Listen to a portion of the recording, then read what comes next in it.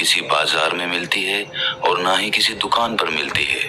भागदौड़ भरी इस जिंदगी में आदमी सिर्फ कमाने पे ही ध्यान देता है। वो खूब पैसा कमाता है, लेकिन वो भूल जाता है कि शरीर के लिए सबसे ज्यादा जरूरी चैन की नींद होती है। अगर आप रात में अच्छी नींद नहीं ले पा रहे हैं तो आपका पूरा दिन थका थका रहेगा, हर काम में आलस्य आएगा और आप किसी भी काम को मन लगा कर नहीं कर पाएंगे। इसीलिए जितना ज्यादा जरूरी पैसा कमाना है, उससे कहीं ज्यादा जरूरी है एक अच्छी नींद के लिए तैयारी करना। जी हाँ, सही सुना आपने, तैयारी। क्योंकि बिना तैयारी और बिना ज्ञान के अगर हम सोएंगे तो हम अच्छी नींद नहीं ले पाएंगे। लेकिन अगर आपको कुछ ऐसे तरीके पता हो जिससे गहरी और अच्छी नींद कैसे ली जाती है, तो आपकी जिंदगी में से आप तनाव को बहुत कम कर सकते हैं। अगर न तनाव का सीधा सा संबंध नींद से होता है। अगर आप अच्छी नींद नहीं ले पाएंगे तो आप तनाव से ग्रस्त रहेंगे, और वहीं दूसरी ओर अगर अच्छी नींद ले पाएंगे तो तनाव रहित रहेंगे, ऊर्जा से भरे रहेंगे, पॉजिटिविटी से भरे रहेंगे। आज की जो कहानी मैं आपको सुनाने वाला हूँ, उस कहानी के माध्यम से आप ये जान पाएंगे कि अच्छी नींद ना आ पाने के क्या कारण होते हैं, और साथ ही आपको इस वीडियो में अच्छी और गहरी नींद लेने के लिए कुछ छोटे छोटे और यौगिक उपाय बताए जाएंगे। इससे पहले कि आप इस कहानी में खो जाएं, इस चैनल को सब्सक्राइब जरूर कर लें। तो चलिए कहानी शुरू करते हैं।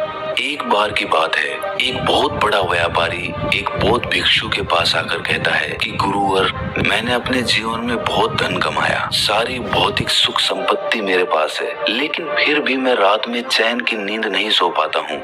इसी वजह से मेरे अंदर तनाव बना रहता है, मैं गुस्से में भी जल्दी आ जाता हूँ और मेरी जिंदगी सही तरीके से नहीं चल पाती। क्या आप नींद के संबंध में मुझे कुछ बता सकते हैं? उस बौद्ध भिक्षु ने कहा कि इस सवाल का जवाब मैं तुम्हें एक कहानी के माध्यम से देता हूँ। ये कहानी महात्मा बुद्ध के बारे में है। महात्मा बुद्ध जब भी रात में सोते थे तो वो एक ही अवस्था में सोते थे, और जिस अवस्था में वो सोते थे उसी अवस्था में पूरी रात सोते रहते थे। वो अक्सर अपने बाईं ओर करवट लेकर सोते थे, और रात में सोते वक्त उनके शरीर का कोई भी हिस्सा नहीं हिलता था।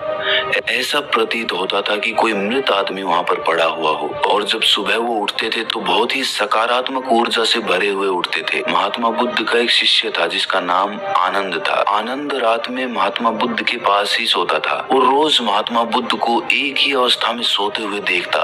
एक दिन उसके मन में एक जिज्ञासा उठी। उसके मन में ये सवाल उठा कि महात्मा बुद्ध एक ही अवस्था में पूरी रात कैसे सो सकते हैं? ना तो उनका हाथ हिलता है, ना उनका पैर हिलता है। आखिर इस बात का क्या रहस्य है? उसकी जिज्ञासा इतनी ज्यादा बढ़ गई कि उसने रात में ही महात्मा बुद्ध को उठाकर उनसे ये सवाल पूछ लिया। उन्होंने बुद्ध से पूछा कि हे बुद्ध, मैं देखता हूँ कि आप रात भर एक ही अवस्था में लेटे रहते हैं, ना आपका हाथ हिलता है, ना पैर हिलता है। ऐसा प्रतीत होता है कि कोई मृत आदमी लेटा हुआ है। जबकि जब हम रात को सोते हैं तो हम रात भर करवटें बदलते रहते हैं। कभी हमारा हाथ हिलता है, कभी हमारा पैर हिलता है, और इसी कारण शायद हम एक गहरी नींद नहीं ले पाते हैं। मुझे ये बताने की कृपा करें कि आपका एक ही अवस्था में सोने का क्या राज है? ये सुनकर बुद्ध ने आनंद से पूछा, जब तुम रात में करवटें बदलते हो तो क्या तुम्हें रात में मालूम होता है कि तुम करवटें बदल रहे हो? ये सुनकर आनंद ने कहा कि नहीं बुद्ध, ये तो हमें सुबह उठने के बाद पता चलता है।